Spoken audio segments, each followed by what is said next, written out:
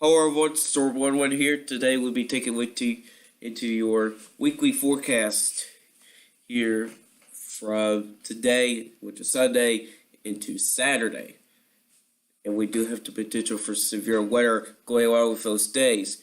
Now we're going to get started with what's going on right now. We got a potential blizzard going on into Montana, into portions of North Dakota, while some showers or a snow mix trying to go on into Minnesota, and some showers into Iowa. We got some showers going on in potential storms up into the northeast, bringing in potential snow as well. Now, as you can see here on your day one outlook, there's a slight risk for central Kansas. Tornado risk is it's low, but it goes out into portions of western Kansas. Damage winds there is at a 5%. Then your hail is upgraded to a 15%. Day two, which is Monday, you got a slight risk going in for portions of Texas there, while marginal risk stretches into Kansas through central Oklahoma. There's another area of marginal risk for potential strong storms, which is going to be in Ohio and Pennsylvania. There could be that potential for maybe some damaging winds there. So tornado at 2%, wind and hail at a 15%. Your day three, now there's been a lot of changes going on into Tuesday. The risk has gone lower, but it's more widespread, which is going to be a problem here. You got your slight risk stretching from Missouri now down into portions of Texas here. If you've seen the day four outlook, there was an enhanced risk going in here, along with a slight risk surrounding it. But now there's no enhanced risk, but there's a slight risk, a lot more widespread than it was on day four. So a lot of changes.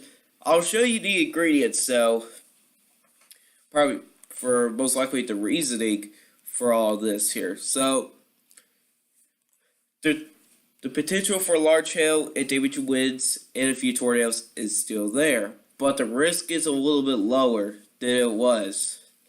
So, seems like it's going to be a difficult forecast on Tuesday here, but we'll probably get a better idea as we go into tomorrow.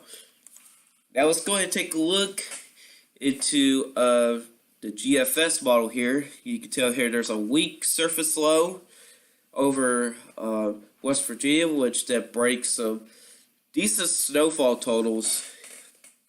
Now, it did not really break a lot of snowfall that it was forecasted. I think it was forecasted nearly 7 inches, but there was just some areas that just did not get that much snow. But there's a blizzard going on into Montana. As you can see here, there's a surface low just over Montana there. You can see it was very windy up there as well. So, and I heard they're doing planting up there, and it's snowing.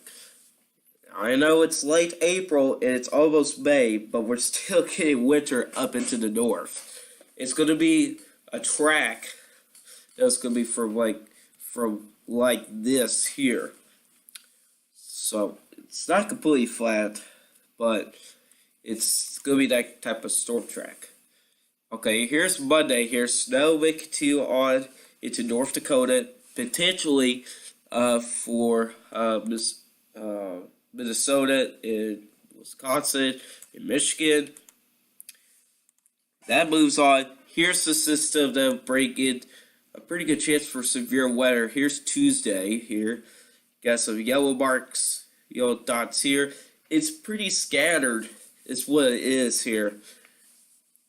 So, we're not really looking into a widespread severe weather event here.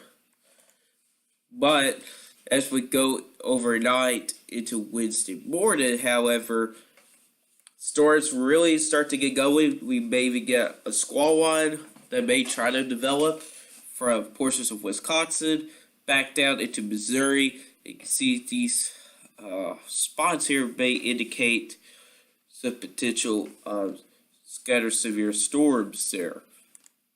Then that starts to push off to the east there. loses its moisture there.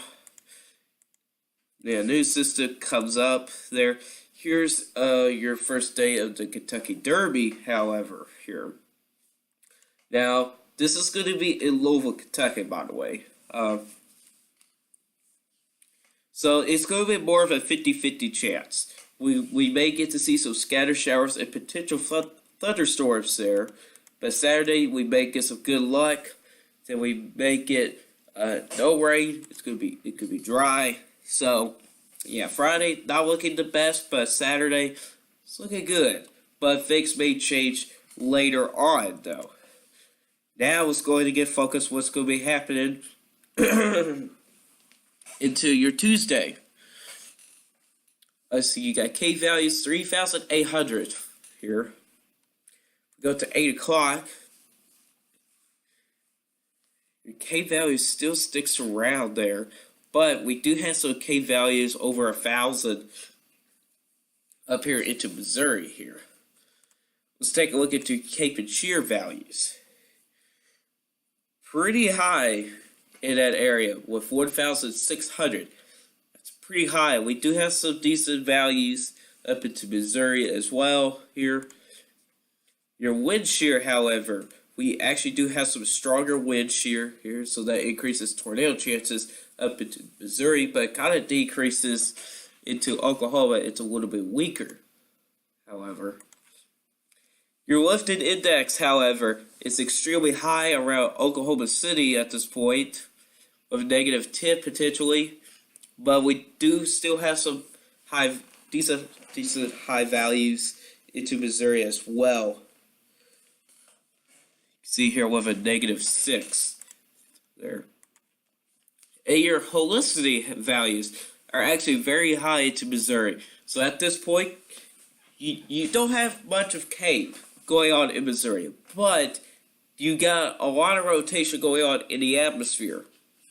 That's going to be a problem. Now, with all these gradients coming in together, you may have the potential of supercells that may develop stretching from Oklahoma City up into near St. Louis.